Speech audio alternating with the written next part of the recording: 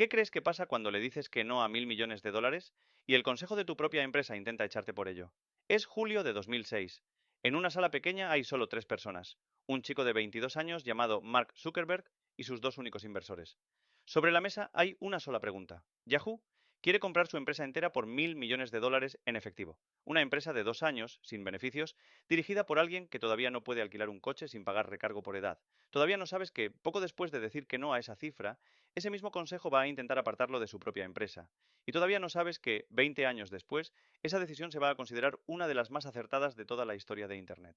Para entender por qué decir que no sonaba, literalmente, a una locura, hay que entender qué era Facebook en ese momento y por qué Yahoo lo quería tanto. Facebook tiene solo 2 años, no es rentable, factura más o menos 30 millones de dólares al año y todavía funciona sobre todo dentro de universidades con algo más de 7 millones de usuarios registrados. Yahoo, en cambio, es en 2006 uno de los gigantes indiscutibles de Internet, con caja de sobra y la reputación para respaldar una oferta sin precedentes por una startup tan joven, y quiere esa red social antes de que alguien más se adelante. Dentro de Yahoo, un directivo llamado Brad Garlinghouse llega a proponer internamente pagar hasta 1.600 millones de dólares con tal de cerrar el trato cuanto antes. El consejero delegado de Yahoo, Terry Semel, se reúne directamente con Zuckerberg y entre los dos acuerdan una cifra de referencia, 1.000 millones de dólares en efectivo. El propio consejo de Yahoo termina autorizando un presupuesto de hasta 1.200 millones para cerrar la compra si hiciera falta subir la oferta. No es una oferta improvisada ni tanteada de lejos, es una negociación tomada muy en serio, al más alto nivel de la empresa, con cifras que suben, no que bajan, mientras se negocia. Sería, de cerrarse, la mayor adquisición de la historia de Yahoo hasta ese momento, y conviene recordar el tamaño real de quien está ofreciendo el dinero. En 2006, Yahoo es uno de los sitios web más visitados de todo Estados Unidos, con ingresos publicitarios que Facebook, con sus 30 millones anuales, ni siquiera puede imaginar todavía. Decir que no a esa empresa con esas cifras no es decir que no a un inversor cualquiera. Es decir, que no al gigante que domina en ese momento la conversación entera de Internet. Y quien tiene que decidir si acepta esa cifra no es un comité de 15 directivos con intereses cruzados, es exactamente un consejo de tres personas. Zuckerberg, el inversor Peter Thiel y el capitalista de riesgo Jim Breyer. La reunión decisiva es un lunes por la mañana y Zuckerberg la abre de una forma que deja clara su postura desde el primer segundo. Dice que esto es solo una formalidad, que no debería durar más de 10 minutos, que obviamente no van a vender. Pero ni Thiel ni Breyer están tan seguros. Los dos, en distinta medida, creen que deberían aceptar el dinero. Thiel llega a decir en voz alta algo parecido a: deberíamos hablarlo. 1.000 millones de dólares es mucho dinero. Y tiene razón en la cifra. 1.000 millones de dólares repartidos entre los fundadores en 2006 es más dinero del que Zuckerberg ganaría trabajando toda su vida en cualquier empleo imaginable con 22 años. Pero cuando le preguntan qué haría él con todo ese dinero si vendiera, Zuckerberg responde, básicamente, que no lo sabe, que probablemente montaría otra red social parecida a la que ya tiene, y que la que ya tiene además le gusta bastante. Y hay algo más detrás de esa seguridad que Peter Thiel ha contado después en varias entrevistas. Zuckerberg confiaba, casi como una superstición personal, en un patrón que ya había visto antes en la propia Yahoo. 8 años antes, en 1998, Yahoo había tenido la oportunidad de comprar un buscador diminuto llamado Google por apenas 1 o 2 millones de dólares, y la dejó pasar por no verle sentido. Aquella vez, decir que no a Yahoo le había salido bien a la empresa rechazada. Zuckerberg apostaba, en el fondo, a que la historia se repitiera. Semanas después de esa reunión, Yahoo presenta unos resultados trimestrales que decepcionan al mercado. Su propia acción se hunde y con ella baja también lo que puede permitirse ofrecer. La cifra real sobre la mesa cae a algo cercano a 850 millones de dólares. Zuckerberg no lo negocia ni un solo día más. Llama a Yahoo y da la conversación por cerrada ni siquiera al precio rebajado. ¿Sabes qué le pasó a Zuckerberg dentro de su propia empresa las semanas siguientes a decir que no? El propio Zuckerberg ha reconocido, en entrevistas mucho más recientes, que su consejo de entonces intentó despedirlo y que la práctica totalidad de su equipo directivo de aquella época terminó dejando la empresa poco después, convencidos de que acababa de tomar la peor decisión de toda su carrera. Ni un solo inversor cercano en ese momento estaba de su lado. Y el ambiente interno no ayuda. La propia negociación se filtra a la prensa antes de que la empresa la explique a su plantilla. Así que buena parte del equipo se entera de que casi venden la compañía en la que trabajan leyéndolo en un periódico, no escuchándoselo a su fundador. Zuckerberg, más tarde, ha admitido abiertamente que en ese momento no había hecho un buen trabajo comunicando la visión a largo plazo, ni a su equipo ni a su propio consejo.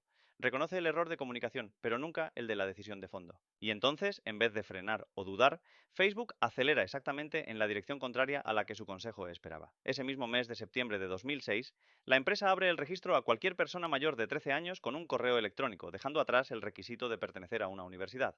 Antes de ese cambio, se apuntaban unos 20.000 usuarios nuevos al día. Semanas después de abrirse a todo el mundo, esa cifra sube a 50.000 al día y sigue subiendo. Ese mismo mes se lanza además una función nueva llamada Newsfeed, que reúne en un solo sitio la actividad de tus contactos. Al principio genera una ola real de quejas de los propios usuarios por invasión de privacidad, pero con el tiempo se convierte en una de las piezas más importantes de toda la plataforma.